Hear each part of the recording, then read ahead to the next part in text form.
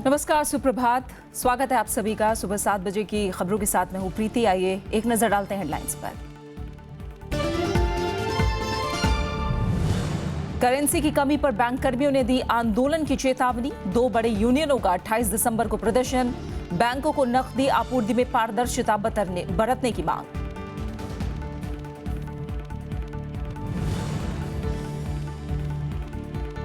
मणिपुर के हालात में सुधार। इम्फाल में हटा दिन का कर्फ्यू। 4000 अर्धसैनिक बल तैनात। नागालैंड के मुख्यमंत्री की केंद्र से दखल की मांग।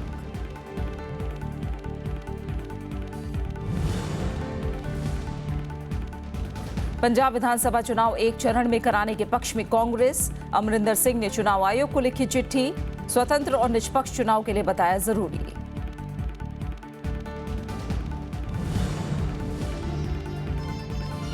अगले शैक्षणिक सत्र में होगी 10वीं की बोर्ड परीक्षा। सीबीएसई ने सरकार को भेजी सिफारिश। चौथी भाषा के रूप में विदेशी भाषाएं पढ़ाने का प्रस्ताव।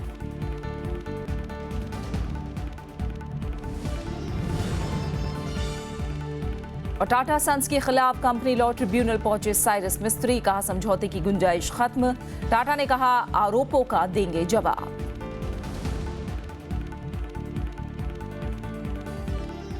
नोटबंदी पर एनडीए के घटक दलों में नाराजगी बढ़ती जा रही है। शिवसेना के बाद टीडीपी ने भी आधी अधूरी तैयारियों पर सवाल उठाया है। आंध्र प्रदेश के मुख्यमंत्री चंद्रबाबू नायडू ने कहा कि 40 दिन बाद भी दिक्कतें खत्म होने का नाम नहीं ले रही हैं। कांग्रेस उपाध्यक्ष ने आरोप लगाया कि प्रधानमंत्री के वादों में अब किसी को भरोसा नहीं रहा है। वहीं बैंक यूनियनों ने भी विरोध प्रदर्शन की चेतावनी दी है।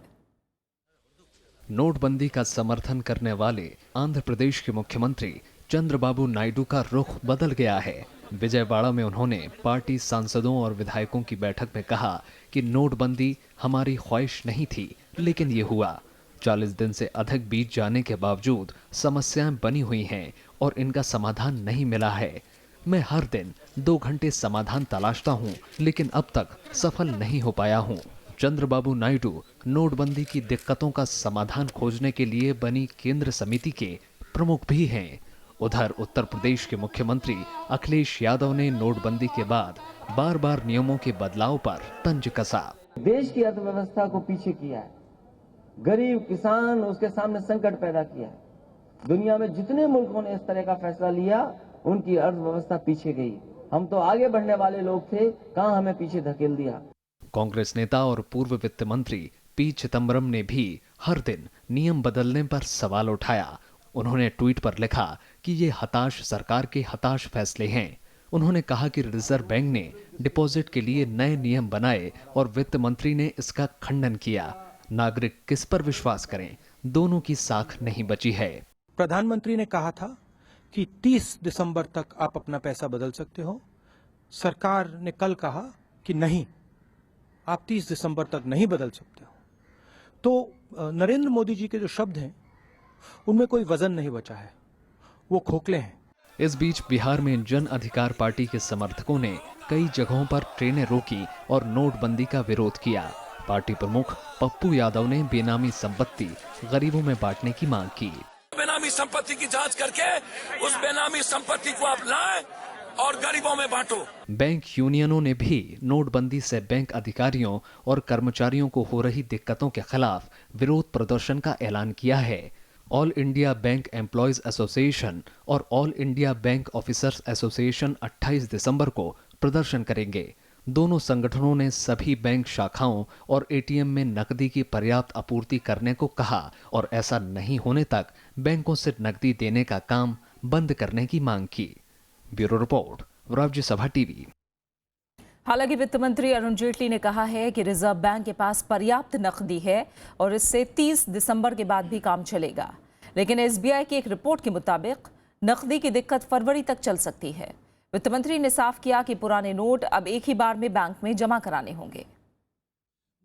वित्त मंत्री अरुण जेटली ने नोटबंदी के बाद अपर्याप्त तैयारियों के आरोपों को गलत बताया है। उन्होंने कहा कि रिजर्व बैंक इस कदम के लिए पूरी तरह से तैयार था। वित्त मंत्री के मुताबिक आरबीआई हर दिन बैंकों को पर्याप्त नकदी भेज रहा है और 30 दिसंबर के बाद भी नकदी की कमी नहीं होगी। उन्होंने 5,000 रुपए से अधिक के पुराने नोट एक बार ही बैंक में जमा कराने वाले नियम का भी बचाव किया। वित्त मंत्री ने कहा कि पुराने नोट से सभी लेन देन बंद हो गए हैं, इसलिए एक बार में ही सारी नोट जमा कराना सही है। That up to 30th everybody can deposit his old currency. Now there is no scope further for earning old currency because all exemptions have been phased out. हालांकि एसबीआई की एक रिसर्च रिपोर्ट के मुताबिक फरवरी तक नकदी की किल्लत बनी रह सकती है। रिपोर्ट के मुताबिक दिसंबर के आखिर तक बंद हुए पुराने नोटों का आधा हिस्सा ही बाजार में आएगा। वित्त मंत्री ने गलत तरीके से पुराने नोट बदलने वाले बैंक अधिकारियों पर कार्रवाई का भी भरोसा दिलाया। जिस बैंक का बार बार नाम आया एक्सिस बैंक, उसकी चेयरपर्सन ने पूरी डिटेल दिए हैं कि बैंक ने भी अपने ऑफिसर्स को कईयों को आइडेंटिफाई किया है जिनको इन्वेस्टिगेटिव एजेंसीज नहीं पकड़ पाई थी और ट्रांजिएंट पीरियड में उनको सस्पेंड भी कर दिया है। वित्त मंत्री ने 2 करोड़ तक के टर्नओवर वालों के लिए राहत का भी ऐलान किया। उन्होंने कहा कि डिजिटल और बैंक के जरिए भुगतान लेने वाले ऐसे व्यापारियों की अनुमानित आय 8% की जगह 6% ही मानी जाएगी। अगर आप डिजिटल मोड के तरफ ट्रांजैक्शन करोगे तो इस साल आपको टैक्स उसी हिसाब से कम देना पड़ेगा। कई ट्रेडर्स को लगभग इसका टैक्स एडवांटेज 30% से ऊपर जाकर टैक्स एडवांटेज पड़ता है। इससे पहले वित्त मंत्री ने बैंक और वित्तीय संस्थानों के प्रमुखों के साथ बजट पूर्व बैठक भी की। कृति मिश्रा, राज्यसभा टीवी। नोटबंदी के बाद अब तक आयकर विभाग ने 3,185 करोड़ रुपए की अघोषित आय का पता लगाया है, जिसमें 428 करोड़ नकदी के अलावा आभूषण बरामद किए हैं। वहीं अलग अलग छापेमारी में 86 करोड़ रुपए के नए नोट बरामद किए गए हैं, जबकि विभाग की तरफ से 3,000 नोटिस जारी किए गए हैं। आरबीआई 500 का नोट छापने के लिए 3 रुपए 9 पैसे और 2000 का नोट छापने के लिए 3 रुपए 54 पैसे दे रहा है। भारतीय रिजर्व बैंक नोट मुद्रा प्राइवेट लिमिटेड ने एक आरटीआई के जवाब में ये जानकारी दी है। ये रिजर्व बैंक की सहायक कंपनी है। सरकार ने किसानों के कर्ज भुगतान के लिए राहत का ऐलान किया है। समय पर कर्ज चुकाने वाले किसानों को 60 दिन का अतिरिक्त समय मिलेगा। ये योजना उन किसानों के लिए है जिनको 1 नवंबर से 31 दिसंबर के बीच कर्ज चुकाना है। दरअसल किसान 1 साल तक के लिए 3 लाख रुपए कर्ज ले सकते हैं। इस पर 7% की दर से ब्याज मिलता है। अगर कर्ज समय पर चुकाया जाता है तो ब्याज दर 4% की दर से देना होता है। किसान संगठनों ने गेहूं आयात शुल्क 40% करने की मांग की है। भारतीय किसान यूनियन का आरोप है कि आयात शुल्क खत्म करने के फैसले से किसान तबाह हो जाएंगे। इन संगठनों ने स्वामीनाथन आयोग की सिफारिशें लागू करने के साथ कर्ज माफ करने की भी मांग की है। दिल्ली के पंजाब भवन में जुटे किसान नेताओं का मानना है कि नोटबंदी ने किसानों की कमर तोड़ दी है। कई संगठनों से जुड़े इन नेताओं ने गेहूं पर आयात शुल्क खत्म करने के फैसले की निंदा की। किसान नेताओं ने कहा कि ये फैसला गेहूं की बुआई समाप्त होने के बाद लिया गया है। आयातित गेहूं देश में तब आएगा जबकि किसानों की फसल कट रही होगी। ये ड्यूटी घटा के इन्होंने बाहरले व्यापारी नूं या व्यापार इत्थे दे व्यापारी बाहरों लियाउण दी इजाज़त देती है ते इत्थे जब सरप्लस है तो बाहरों मंगाउण दी कोई लोड़ नहीं। किसान संगठनों ने आरोप लगाया है कि नोटबंदी के बाद उपज औने पौने दामों में बिक रही है। किसानों के खाते सहकारी बैंकों में हैं, जहां पुराने नोट जमा करने पर पाबंदी है। ऐसे में किसानों का कर्ज तुरंत माफ होना चाहिए। आज किसान जो कर्जाई है वो जमीन किसान सरकार की गलत नीति की वजह से है। किसान को एक दफे कर्जा मुक्त किया जाए, टोटल लोन उसके माफ किए जाए, खत्म किए जाए, उसे कर्जा मुक्त किया जाए। किसान नेताओं ने गन्ना किसानों को तुरंत राहत देने की मांग की है। उन्होंने कहा कि किसानों के मसले 14 मंत्रालयों से जुड़े हैं। इस नाते सबकी साझा बैठक बुलाकर प्रधानमंत्री को अपनी पहल करनी चाहिए। अरविंद कुमार सिंह, राज्यसभा टीवी। कांग्रेस पंजाब में एक दौर में विधानसभा चुनाव कराने के पक्ष में है। पंजाब कांग्रेस के अध्यक्ष अमरिंदर सिंह ने चुनाव आयोग को इस बारे में एक पत्र भी लिखा है। अमरिंदर सिंह का कहना है कि मतदान 2 या 3 दिन में कराना स्वतंत्र और निष्पक्ष चुनाव के लिए हानिकारक और पंजाब की लोकतांत्रिक व्यवस्था के लिए आत्मघाती होगा। उन्होंने प्रदेश में बड़े स्तर पर हिंसा की आशंका जताते हुए चुनाव आयोग से अपील की है कि वो एक चरण में ही मतदान कराने पर विचार करे। अमरिंदर सिंह का कहना है कि बादल सरकार की गलत नीतियों की वजह से पंजाब में माहौल पहले से ही काफी खराब है और विधानसभा चुनाव के दौरान स्थितियां और बिगड़ सकती हैं। उन्होंने कहा कि चुनाव आयोग भी प्रदेश में आजाद घूम रहे हथियारबंद गिरोहों और भगोड़ों पर चिंता जाहिर कर चुका है। नवजोत सिंह सिद्धू की कांग्रेस में शामिल होने की अटकलें तेज हो गई हैं। उन्होंने कल कांग्रेस उपाध्यक्ष राहुल गांधी से मुलाकात की। ये मुलाकात करीब 45 मिनट तक चली। पंजाब विधानसभा चुनाव से पहले हुई ये मुलाकात काफी अहम मानी जा रही है। इससे पहले 28 नवंबर को नवजोत सिंह सिद्धू की पत्नी नवजोत कौर सिद्धू ने कांग्रेस का दामन थामा था। सिद्धू की पत्नी के साथ पूर्व हॉकी खिलाड़ी परगट सिंह भी कांग्रेस में शामिल हुए थे।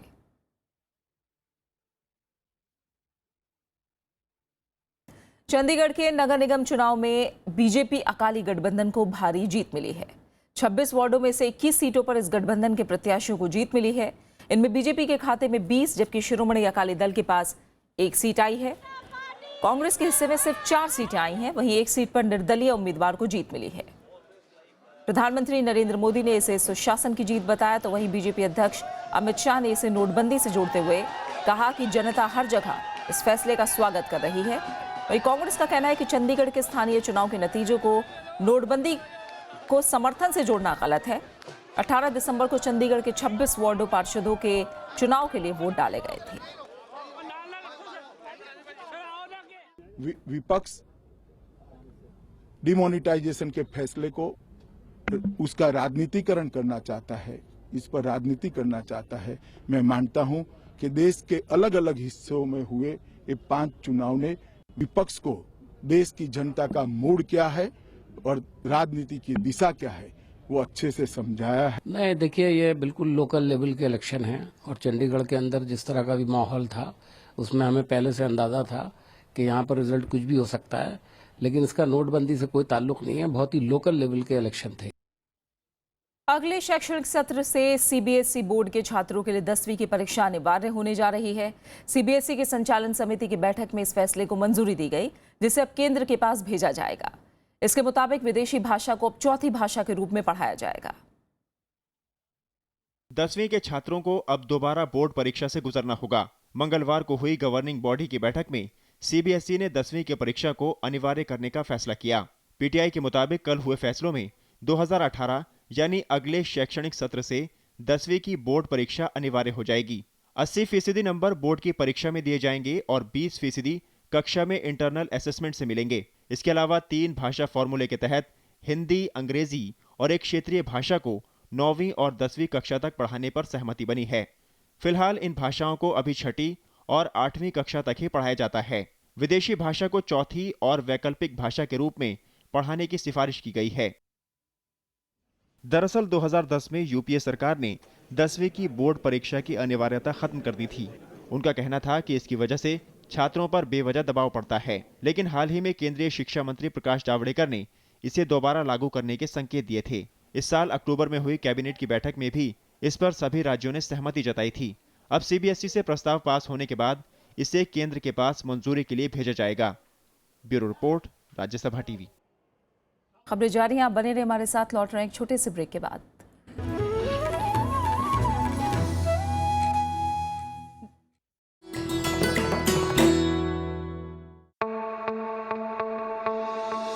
लामा यूरू गोम्पा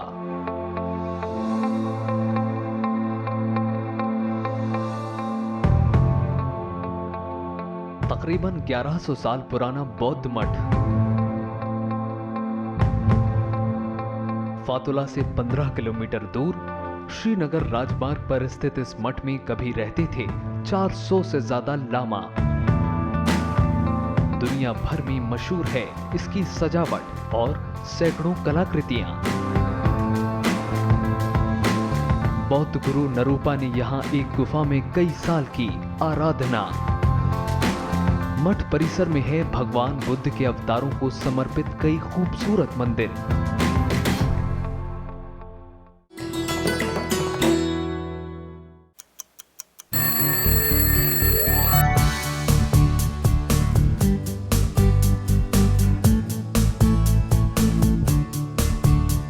Wake up to a complete roundup of news from India and abroad. Politics, strategy. Start your day. Watch Breakfast News weekdays at 8 a.m. on Rajya Sabha Television.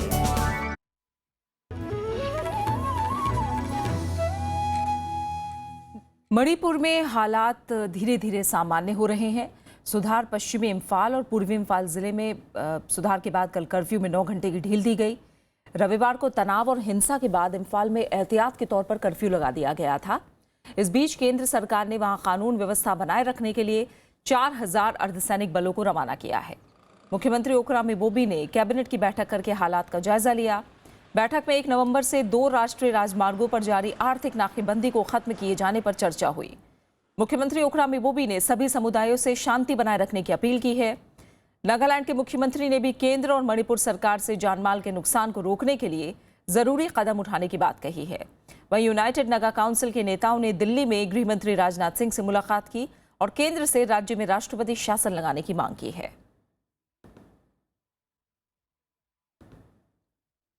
वित्त मंत्री ने कहा है कि रेल यात्रियों को अपनी सेवाओं के लिए पूरा भुगतान करना चाहिए। उन्होंने रेलवे में लोक लुभावन वादों की जगह बड़े सुधारों की तरफ संकेत दिया है। वित्त मंत्री का बयान ऐसे वक्त में आया है जब रेल बजट को आम बजट के साथ मिला दिया गया है। अगले साल आम बजट के साथ ही रेल बजट भी पेश करने वाले वित्त मंत्री अरुण जेटली ने रेलवे में बड़े बदलावों की तरफ संकेत किया है। रेलवे में अकाउंटिंग रिफॉर्म पर एक सम्मेलन में उन्होंने कहा कि रेल यात्रियों को अपनी सेवाओं का पूरा भुगतान करना चाहिए। उन्होंने संकेत दिया कि लोक लुभावन वादों की जगह रेलवे को आधुनिक बनाना उनकी प्राथमिकता में शामिल होगा। Populism requires that I require consumers not to pay for the services that they receive. And therefore any establishment will start crumbling under its own weight and its own contradictions. Rail मंत्री सुरेश प्रभु ने भी कहा कि accounting reform के साथ जवाबदेही से railway का काम और अच्छा होगा। We are not been maintaining accounts to display something what was the desired outcome of that particular expenditure and whether we have been able to reach to that destination or not. फिलहाल railway को यात्री किराए की मद में खासा घाटा हो रहा है। अगर रेलवे किसी यात्रा पर 100 रुपए खर्च करता है तो महज 57 रुपए ही वसूल पाता है, यानी उसे 43 रुपए का घाटा होता है। कृति मिश्रा, राज्यसभा टीवी। टाटा ग्रुप की सभी कंपनियों से इस्तीफा देने के बाद साइरस मिस्त्री मामले को कोर्ट ले गए हैं। साइरस मिस्त्री ने टाटा सन्स के खिलाफ NCLT यानी नेशनल कंपनी लॉ ट्रिब्यूनल में याचिका दायर की है। उन्होंने टाटा सन्स पर कंपनी एक्ट की धारा 241 के तहत परेशान करने और कुप्रबंधन के आरोप लगाए हैं। साइरस मिस्त्री के इस कदम के बाद टाटा सन्स ने भी नहीं झुकने और ट्रिब्यूनल में साइरस मिस्त्री के आरोपों पर जवाब देने की बात कही है। टाटा सन्स का कहना है कि हमने कॉर्पोरेट गवर्नेंस के उच्च मानकों का पालन किया है और मिस्त्री की ओर से ये याचिका दुर्भाग्यपूर्ण है। टाटा सन्स के मुताबिक मिस्त्री का ये बर्ताव टाटा समूह और जमशेदजी टाटा के मूल्यों के प्रति उनकी गैर जवाबदेही को दर्शाता है। नेशनल कंपनी लॉ ट्रिब्यूनल इस मामले में 22 दिसंबर को सुनवाई करेगा। भारत किर्गिस्तान के बीच 6 समझौतों पर हस्ताक्षर किए गए हैं। प्रधानमंत्री नरेंद्र मोदी और किर्गिस्तान के राष्ट्रपति के बीच आतंकवाद, आपसी व्यापार बढ़ाने समेत कई मुद्दों पर चर्चा हुई। दोनों देशों के बीच द्विपक्षीय निवेश करार करने पर भी सहमति बनी है। प्रधानमंत्री नरेंद्र मोदी और किर्गिस्तान के राष्ट्रपति अल्माज़बेक अतामबाएव के बीच हुई शिखर वार्ता में आतंकवाद समेत कई मुद्दों पर चर्चा हुई। चर्चा के दौरान रक्षा और आपसी व्यापार को और बढ़ाने पर भी जोर दिया गया। दोनों नेताओं की मौजूदगी में 6 समझौतों पर हस्ताक्षर किए गए। इसमें पर्यटन क्षेत्र में सहयोग बढ़ाना, कृषि, खाद्य सुरक्षा और विकास, सूचना तकनीक और संस्कृति क्षेत्र में सहयोग बढ़ाना शामिल है। We will work to strengthen bilateral trade and economic linkages and facilitate greater people-to-people exchanges. We will encourage industry and business on both sides to play a leading role in exploiting opportunities. С которым вы встречаете нашу делегацию и меня, и я надеюсь, что то, что сегодня связывает две страны, здесь уже уважаемый दोनों नेताओं ने रक्षा क्षेत्र में सहयोगात्मक संबंधों की भी समीक्षा की। दोनों देशों के बीच अगले साल किर्गिस्तान में संयुक्त सैन्य अभ्यास और द्विपक्षीय निवेश को लेकर भी सहमति बनी। साथ ही चाबहार बंदरगाह के रास्ते व्यापार पर भी जोर दिया। इससे पहले राष्ट्रपति अतामबाएव का राष्ट्रपति भवन में औपचारिक स्वागत किया गया। उन्होंने उपराष्ट्रपति मोहम्मद हामिद अंसारी से भी मुलाकात कर कई अहम मुद्दों पर चर्चा की। राष्ट्रपति अल्माज बेग राष्ट्रपिता महात्मा गांधी की समाधि राजघाट भी गए और श्रद्धा सुमन अर्पित किए। चीन की पश्चिमी सीमा पर स्थित किर्गिस्तान भारत के लिए रणनीतिक रूप से काफ़ी अहम है और किर्गिस्तान के लोग भी अपनी विकास जरूरतों के लिए सिर्फ चीन पर आश्रित नहीं रहना चाहते। राज्यसभा टेलीविजन के लिए कैमरा पर्सन डी के पांडे के साथ दिल्ली से अखिलेश सुमन। हांगकांग जाने के इच्छुक भारतीय अब बिना रजिस्ट्रेशन के वहां नहीं जा पाएंगे।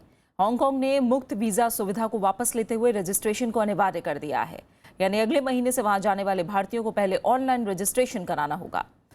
हांगकांग आव्रजन विभाग ने सरकारी वेबसाइट पर इस बाबत घोषणा में कहा है कि भारतीय नागरिकों के लिए आगमन पूर्व पंजीकरण व्यवस्था को 23 जनवरी 2017 को लागू किया जाएगा।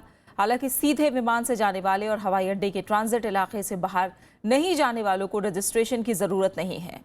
हर साल हजारों भारतीय व्यापार और घूमने फिरने के लिए हांगकांग जाते हैं।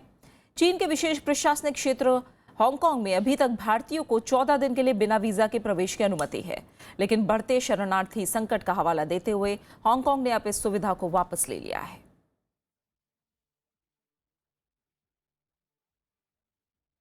तुर्की ने रूस के राजदूत की हत्या के पीछे अमेरिका में निर्वासित मौलाना फतेहुल्लाह गुलेन का हाथ होने का शक जताया है। अमेरिकी विदेश मंत्री जॉन कैरी से बातचीत के दौरान तुर्की के विदेश मंत्री ने यह बात कही। वहीं अमेरिका ने इस घटना में किसी भी भूमिका को सिरे से खारिज कर दिया है। इस बीच तुर्की में अमेरिका और ईरान के दूतावासों को फिलहाल बंद कर दिया गया है। तुर्की में रूस के राजदूत आंद्रे कार्लोफ की हत्या के बाद कूटनीतिक चिंताएं बढ़ने लगी हैं। इसी के मद्देनजर तुर्की में अमेरिका और ईरान के दूतावासों को फिलहाल बंद कर दिया गया है। इसके अलावा सीरिया संघर्ष से जुड़े दूसरे देशों के दूतावासों की सुरक्षा बढ़ा दी गई है। रूस ने तुर्की से मामले की जांच जल्द से जल्द पूरी करने के लिए कहा है। इस बीच चीन ने सभी पक्षों से शांति बनाए रखने और आतंकवाद के खिलाफ एकजुट होने की अपील की है। 中方坚决反对一切形式的恐怖主义，坚定地支持俄土双方严厉打击恐怖主义的努力和行动，愿意与国际社会一道加强反恐合作。 उधर तुर्की के विदेश मंत्री ने हत्या के लिए अमेरिका में निर्वासित मौलाना फतेहुल्लाह गुलेन और उनके समर्थकों को जिम्मेदार बताया। वहीं अमेरिका ने राजदूत की हत्या के पीछे किसी भी तरह की भूमिका को नकार दिया। विदेश मंत्रालय के प्रवक्ता जॉन किर्बी ने कहा कि हत्या के लिए अमेरिका को जिम्मेदार बताना हास्यास्पद है। American involvement slash support, tacit or otherwise, for this unspeakable assassination yesterday because of the presence of Mr. Gulen here in the United States. And it's a ludicrous claim, absolutely false. There's no basis of truth in it whatsoever. And the Secretary made that very clear in his discussions today. इस बीच मंगलवार को दिवंगत राजदूत का शव तुर्की से रूस भेज दिया गया। मॉस्को एयरपोर्ट पहुंचने पर आंद्रे कार्लोफ को भावभीनी श्रद्धांजलि दी गई। सोमवार को तुर्की की राजधानी अंकारा में एक कार्यक्रम के दौरान एक पुलिस अधिकारी ने कार्लोफ की गोली मारकर हत्या कर दी थी, जिसके बाद पुलिस ने जवाबी कार्रवाई करते हुए बंदूकधारी को मौके पर ही मार गिराया। इसके अलावा इस मामले में 6 लोगों को गिरफ्तार किया जा चुका है। Bureau report, Rajya Sabha TV. वहीं जर्मनी की राजधानी बर्लिन में कल हुए ट्रक हमले की जिम्मेदारी आतंकी संगठन इस्लामिक स्टेट ने ली है। सोमवार को बर्लिन के एक क्रिसमस बाजार में तेज रफ्तार ट्रक की चपेट में आकर 12 लोगों की मौत हो गई थी। ट्रक का रजिस्टर्ड ड्राइवर पोलैंड का नागरिक था, जो मृत मिला है। जुलाई में फ्रांस के नीस शहर में ऐसे ही हमले में ट्रक से 86 लोगों को रौंद दिया गया था। जर्मनी में इस्लामिक स्टेट ने कई हमलों को अंजाम दिया है।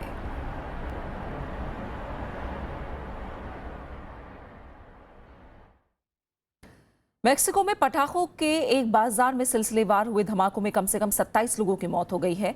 ये बाजार मेक्सिको सिटी के बाहरी इलाके में स्थित है। स्थानीय पुलिस ने कहा है कि इन विस्फोटों में 60 अन्य लोग घायल हुए हैं। खुले आसमान के नीचे लगने वाले सैन पाब्लिटो बाजार में पहली दुकान में आग लगने से शुरू हुए सिलसिलेवार धमाकों की तस्वीरें सामने आ रही हैं। चारों तरफ धुआं फैला है और लोगों में अफरा तफरी मची है। आपात सेवा की टीमें मौके पर पहुंच गई हैं। 25 से ज्यादा एम्बुलेंस मौके पर रवाना कर दी गई हैं। इससे पहले 2005 और 2006 में भी आग लगने से इस बाजार में काफी नुकसान हुआ था।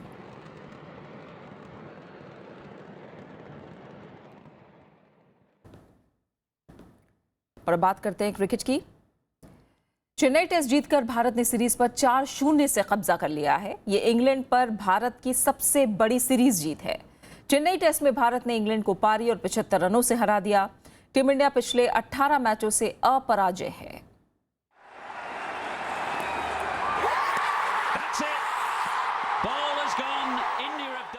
चेन्नई टेस्ट जीतकर टीम इंडिया ने इतिहास रच दिया है। 5 मैचों की सीरीज में भारत ने इंग्लैंड को 4-0 से हरा दिया है। इंग्लैंड के खिलाफ भारत की यह सबसे बड़ी टेस्ट सीरीज जीत है। Still haven't got it in our records here. There it comes. 7 for 48. India win. Chennai test के आखिरी दिन इंग्लैंड की दूसरी पारी 207 रनों पर सिमट गई। इसमें सबसे बड़ा योगदान रविंद्र जडेजा की फिरकी का रहा। जडेजा ने इंग्लैंड के 7 बल्लेबाजों को पवेलियन की राह दिखाई। पहली पारी में भी जडेजा को 3 विकेट मिले थे। ये पहला मौका है जब जडेजा को किसी टेस्ट में 10 विकेट मिले हों। I feel it was a complete series for us, and everyone contributed at different times, and especially the lower order contribution is something that stands out for me, in this particular series. तीसरी शतक लगाने वाले करुण नायर को player of the match, जबकि कप्तान विराट कोहली को player of the series चुना गया। कोहली ने इस सीरीज में बेहतरीन कप्तानी के साथ 655 रन भी बनाए। सीरीज जीतने में ऑफ स्पिनर अश्विन की भूमिका भी महत्वपूर्ण रही। अश्विन ने 5 मैचों में 28 विकेट लिए। इस साल भारत की ये 9वीं टेस्ट जीत है। इसके साथ ही भारत 18 मैचों से कोई मैच नहीं हारा है। यह करीब 30 साल बाद मुमकिन हुआ है। इससे पहले 1986-87 में भारत 17 मैचों में अजेय रहा था। भारत को इंग्लैंड के साथ 15 जनवरी से 3 वनडे और 3 2020 मैच भी खेलने हैं। Bureau report, Rajya Sabha TV. और अब आखिर में हेडलाइंस।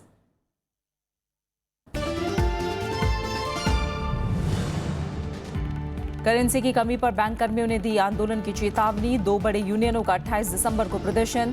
बैंकों को नकदी आपूर्ति में पारदर्शिता बरतने की मांग।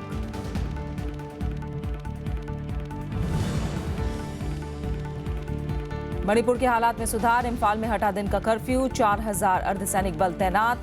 नागालैंड के मुख्यमंत्री की केंद्र से दखल की मांग।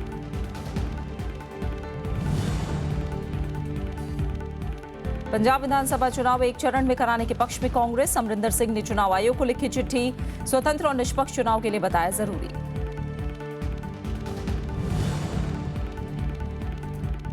अगले शैक्षणिक सत्र में होगी 10वीं की बोर्ड परीक्षा। सीबीएसई ने सरकार को भेजी सिफारिश। चौथी भाषा के रूप में विदेशी भाषाएं पढ़ाने का प्रस्ताव।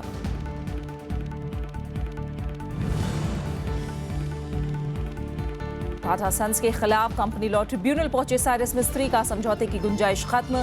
टाटा ने कहा आरोपों का देंगे जवाब।